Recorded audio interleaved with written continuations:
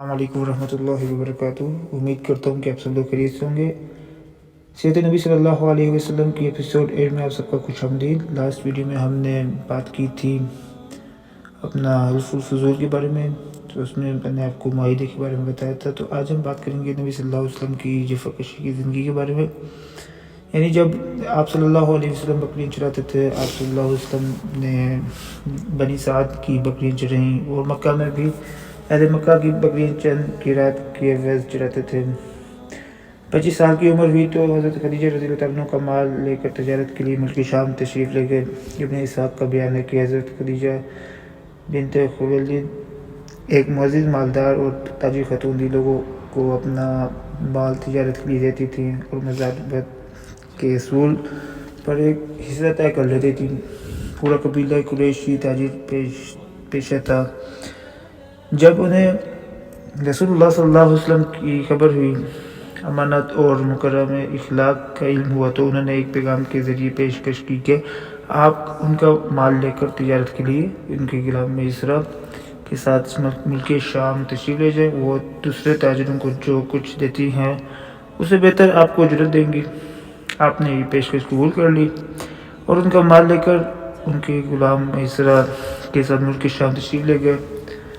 جب آپ مکہ واپس تشریف لائے اور حضرت خدیجہ رضی اللہ عنہ نے اپنے مال میں ایسی امانت اور برکت دیکھی جو اس سے پہلے کبھی نہ دیکھی تھی، اور ادھر ان کے غلام میسرہ نے آپ صلی اللہ علیہ وسلم کی شیریں اخلاق، بلند پایہ کردار، موزوں انداز فکر، راست گوئی اور امانت دارانہ طور طریق کے متعلق اپنے مشاہدات بیان کیے، تو حضرت خدیجہ رضی اللہ عنہ کو اپنا گم گشتہ گوہر مطلوب دستیاب ہو گیا۔ اس سے پہلے بڑے بڑے سردار اور رئیس ان سے شادی کے خواہاں تھے، لیکن انہوں نے کسی کا پیغام منظور نہ کیا۔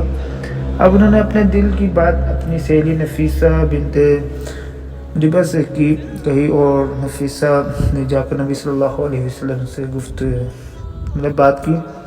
آپ صلی اللہ علیہ وسلم راضی ہو گئے اور اپنے چچا سے اس معاملے میں بات کی۔ انہوں نے حضرت خدیجہ رضی اللہ عنہ کے چچا سے بات کی اور شادی کا پیغام دیا۔ اس کے بعد شادی ہوگی۔ نکاح میں بنی ہاشم اور رسائے مزرع شریک ہوئے۔ یہ ملک شام سے واپسی کے 2 مہینے بعد کی بات ہے۔ صلی اللہ علیہ وسلم نے مہر میں 20 اونٹ دیے۔ اس وقت حضرت خدیجہ رضی اللہ عنہ کی عمر 40 سال تھی اور نسبت دولت اور سوجھ بوجھ کے لحاظ سے اپنی قوم کی سب سے معزز اور افضل خاتون تھی۔ یہ پہلی خاتون تھیں جن سے رسول اللہ صلی اللہ علیہ وسلم نے شادی کی، اور ان کی وفات تک کسی دوسری خاتون سے شادی نہیں کی۔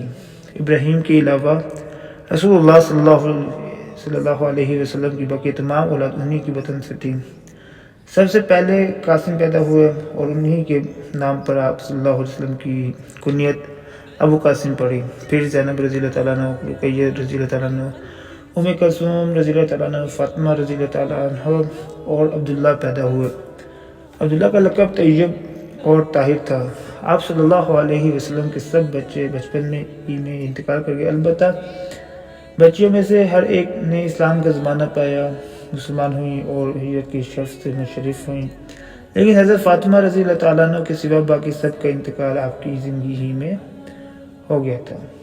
حضرت فاطمہ رضی اللہ تعالیٰ عنہ کی وفات آپ کی رحلت کے 6 ماہ بعد ہوئی۔ آپ صلی اللہ علیہ وسلم کی عمر 35واں سال تھا، 35 ایئرز کے ہوئے، تو قریش نے نئے سرے سے خانہ کعبہ کی تعمیر شروع کی۔ وجہ یہ تھی کہ کعبہ صرف قد سے کچھ اونچی 4 دیواری کی شکل میں تھا۔ حضرت اسماعیل علیہ السلام کے زمانے ہی سے اس کی بلندی 9 ہاتھ تھی اور اس پر چھت نہ تھی۔ اس کیفیت کا فائدہ اٹھاتے ہوئے کچھ چوروں نے اس کے اندر رکھا ہوا خزانہ چرا لیا۔ اس کے علاوہ اس کی تعمیر پر ایک طویل زمانہ گزر چکا، عمارت خستگی کا شکار ہو چکی تھی اور دیواریں پھٹ گئی تھیں۔ ادھر اسی سال ایک بہت زوردار سیلاب آیا جس کے بہاؤ کا رخ خانہ کعبہ کی طرف تھا۔ اس کے نتیجے میں خانہ کعبہ کسی بھی لمحے ڈھہ سکتا تھا، اس لیے قریش مجبور ہو گئے اس کا مرتبہ اور مقام برقرار رکھنے کے لیے اس سے زر نو تعمیر کیا گیا۔ اس مرحلے میں پر قریش نے یہ فیصلہ کیا کہ خانہ کعبہ کی تعمیر میں صرف حلال رقم ہی استعمال کریں گے، اس میں مطلب رنڈے کی اجرت اور سود کی دولت اور کسی ناحق سے لیا ہوا مال استعمال نہیں ہونے دیں گے۔ نئی تعمیر کے لیے پرانی عمارت کو ڈھانا ضروری تھا، لیکن کسی کو ڈھانے کی جرت نہیں ہوتی تھی۔ بالآخر ولید بن مغیرہ نے ابتدا کی۔ جب لوگوں نے دیکھا اس پر کوئی آفت نہیں ٹوٹی تو باقی لوگوں نے بھی ڈھانا شروع کر دیا، اور جب قواعد ابراہیم تک ڈھا چکے تھے تو تعمیر کا آغاز کیا۔ تعمیر کے لیے الگ الگ ہر قبیلے کا حصہ مقرر تھا اور ہر قبیلے نے علیحدہ علیحدہ پتھر کے ڈھیر لگا رکھے تھے۔ تعمیر شروع ہوئی۔ باقوم نامی ایک رومی معمار نگراں تھا۔ جب عمارت حجر اسود تک بلند ہو چکی تو یہ جھگڑا اٹھ کھڑا ہوا کہ حجر اسود کو اس کی جگہ رکھنے کا شرف انتہائی کس سے حاصل ہو۔ یہ جھگڑا 4-5 روز تک جاری رہا اور رفتہ رفتہ اس قدر شدت اختیار کر گیا کہ معلوم ہوتا تھا سرزمین حرم میں سخت خون خرابہ ہو جائے گا، لیکن ابو امیہ مخزومی نے یہ کہہ کر فیصلے کی ایک صورت پیدا کر دی کہ مسجد حرام کے دروازے سے دوسرے دن جو سب سے پہلے داخل ہو اس سے اپنے جھگڑے کا حکم مان لیں۔ لوگوں نے یہ تجویز منظور کر لی۔ اللہ کی مشیت کے اس کے بعد سب سے پہلے رسول اللہ صلی اللہ علیہ وسلم تشریف لائے۔